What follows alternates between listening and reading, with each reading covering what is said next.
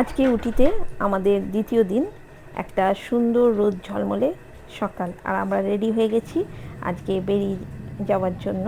আমরা আজকে করব উটির লোকাল সাইট সিন। তো চলো, ব্রেকফাস্ট কিন্তু আমরা হোটেলেই সেরে নিয়েছিলাম বেরোবার আগে। এবং দেখো, রাস্তায় কিন্তু বেশ যান চলাচল শুরু হয়ে গেছে।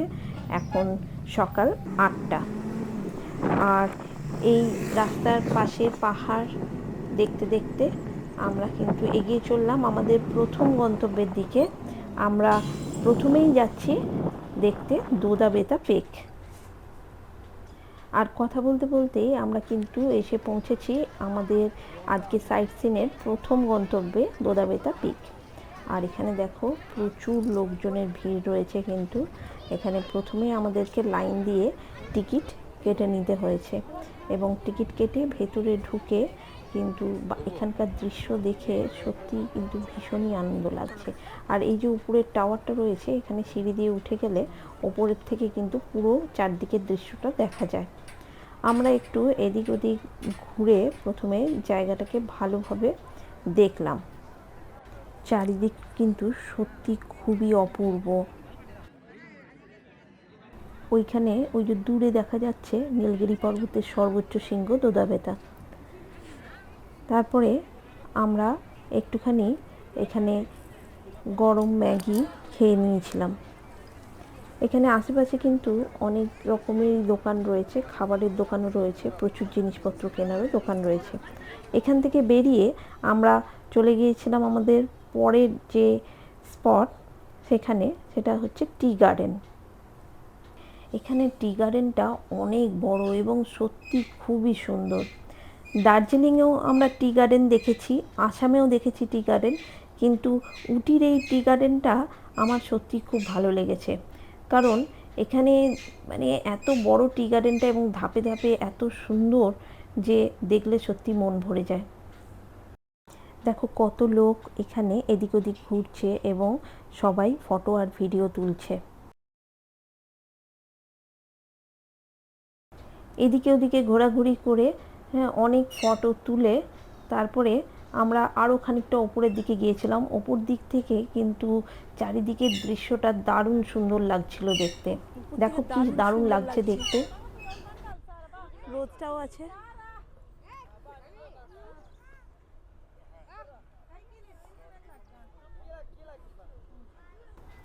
সত্যি খুবই সুন্দর।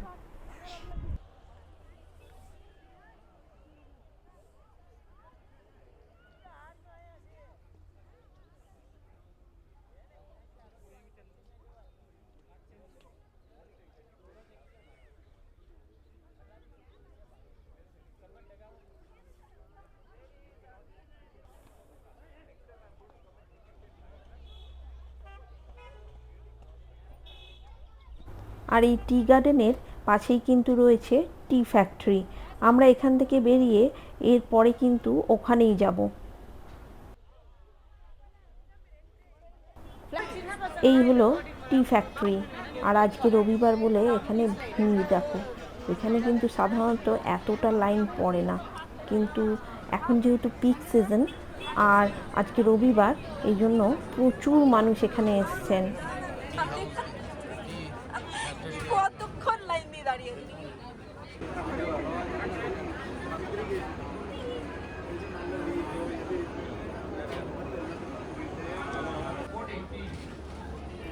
অনেকক্ষণ ধরে লাইন দিয়ে দাঁড়িয়ে থেকে ঘুরে ঘুরে তারপরে আমরা টি ফ্যাক্টরির ভেতরে ঢুকলাম।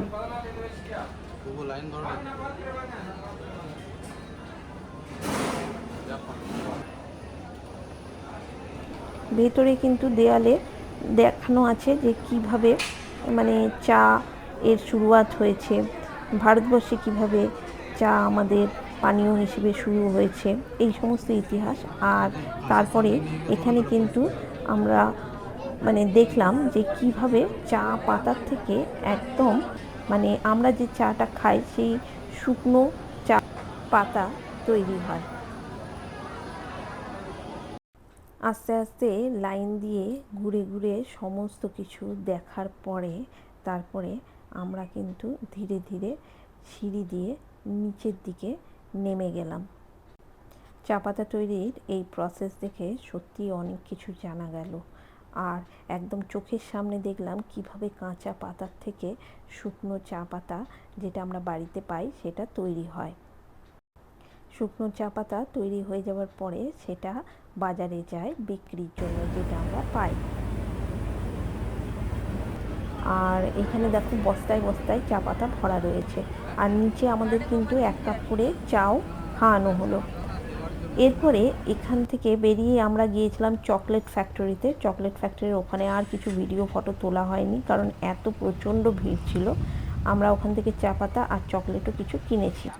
এরপরে আমরা নেক্সট গিয়েছিলাম বটানিক্যাল গার্ডেনে।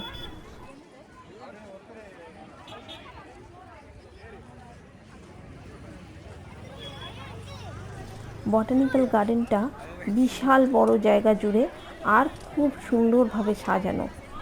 প্রচুর গাছপালা এখানে কাটিং করে রাখা হয়েছে সুন্দর সুন্দরভাবে। অনেক ফুল আছে। আর এখানেও কিন্তু অনেক মানুষের ভিড়। মানে পুরো জায়গাটা ঘুরে দেখতে ভালোভাবে প্রায় 2-2.5 ঘন্টা লেগে যাবে।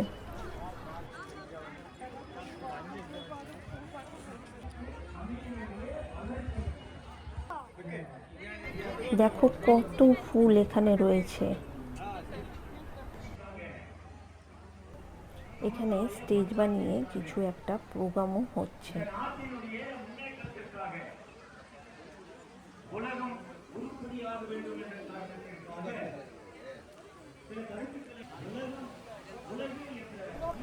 ফুলের সাথে সাথে এখানে কিন্তু বিভিন্ন রকমের জিনিসপত্রও বিক্রি হচ্ছে। বিভিন্ন ড্রাই ফ্রুটস, আচার, সমস্ত কিছু।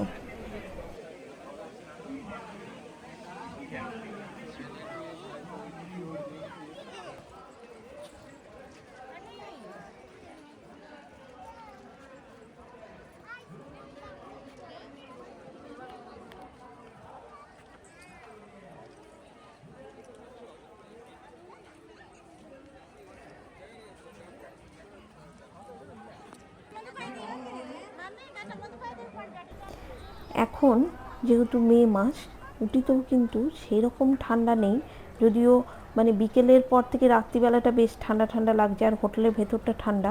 কিন্তু দিনের বেলায় এখন সূর্যের আলো বেশ চড়া রয়েছে বলে এখন কিন্তু একটুও ঠান্ডা লাগছে না, বরং বেশিক্ষণ হাঁটাহাঁটি করলে একটু কিন্তু গরমই লাগছে।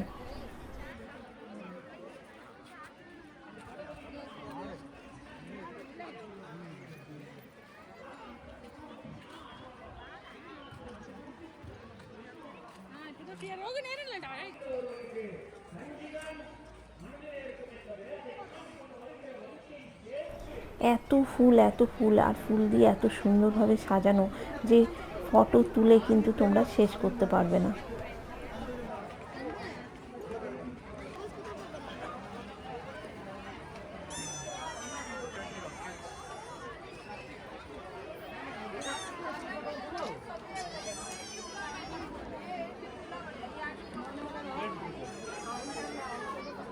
টর্চ, এই যে টর্চ জিঞ্জার টিউলিপ, এটাই আমি দেখেছিলাম ওদের।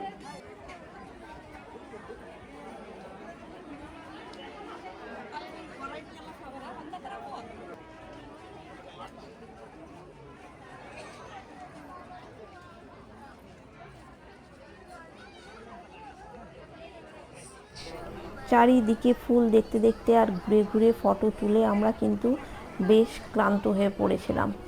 আর এখন কিন্তু লাঞ্চেরও টাইম হয়ে এসেছে, প্রায় ঘড়িতে 1:30টা বেজে গেছে।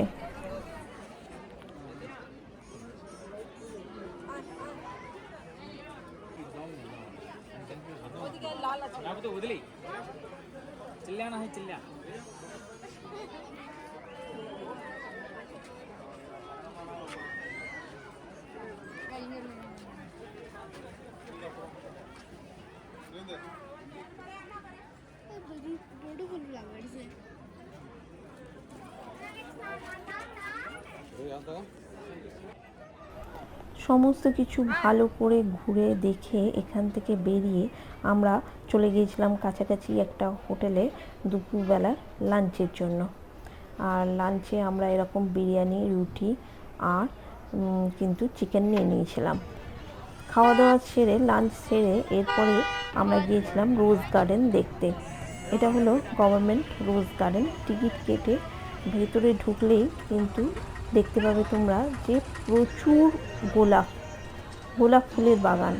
কত ধরনের আর কত রঙের যে গোলাপ আছে সেটা কিন্তু এখানে এসে দেখলে বুঝতে পারবে।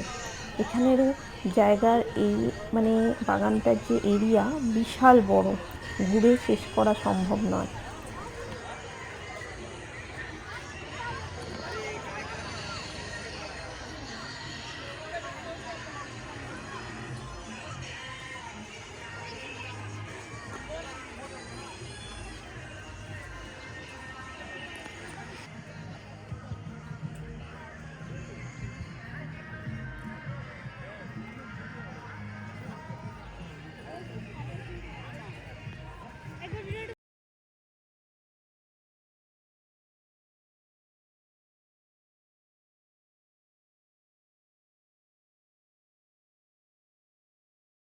গোলাপের সাথে সাথে কিন্তু এখানে যেমন গাঁদা, ডালিয়া, অন্যান্য ফুলও কিন্তু রয়েছে।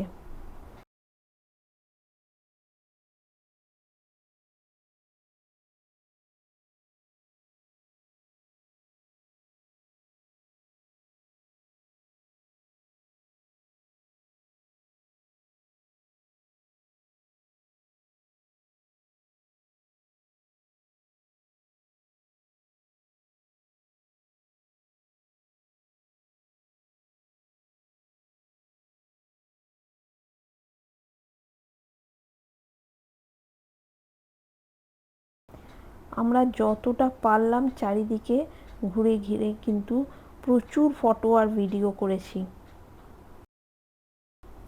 এত রঙের আর এত ধরনের যে গোলাপ, মানে দেখে শেষ করা যাবে না।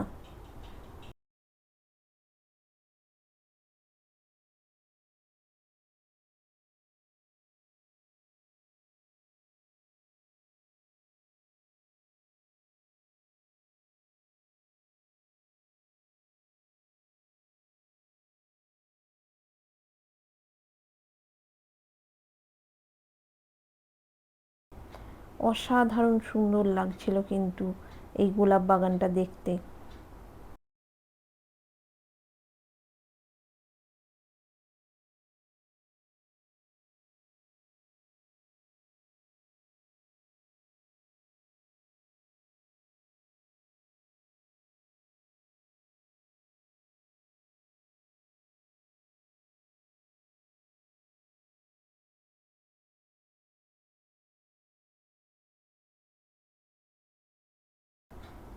তোমরা উটিতে এলে কিন্তু এই রোজ গার্ডেনটা অবশ্যই মিস করো না। এটা কিন্তু দারুণ সুন্দর একটা জায়গা।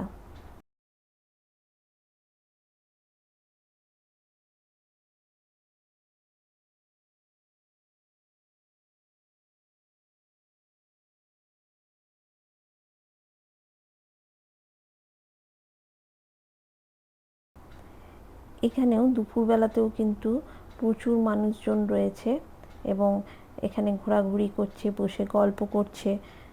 আমরাও এখানে বেশ খানিকটা সময় কাটানোর পরে এখান থেকে বেরিয়েই গেলাম রোজ গার্ডেনের সামনেই রয়েছে থ্রেড গার্ডেন, সেই থ্রেড গার্ডেন দেখতে।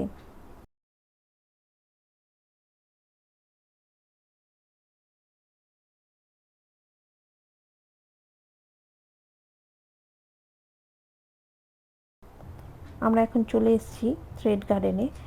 এটা এমন একটা বাগান যেখানে সমস্ত মানে গাছপালা, পাতা, ফুল সমস্ত কিছু কিন্তু সুতো দিয়ে তৈরি। দূর থেকে দেখলে কিন্তু একদম বোঝাই যায় না, হাতে নিয়ে দেখলে বুঝতে পারবে। এই থ্রেড গার্ডেন দেখার পরে কিন্তু এখান থেকে এরকম সুন্দর পাতা, ফুল এগুলো বা শোপিস কেনারও কিন্তু অপশান রয়েছে। তোমরা চাইলে কিনে বাড়িও নিয়ে যেতে পারো। সত্যি অপূর্ব সুন্দর একটা গার্ডেন এটা। এত সুন্দরভাবে তৈরি করা হয়েছে, মানে না দেখলে বিশ্বাস করা যায় না।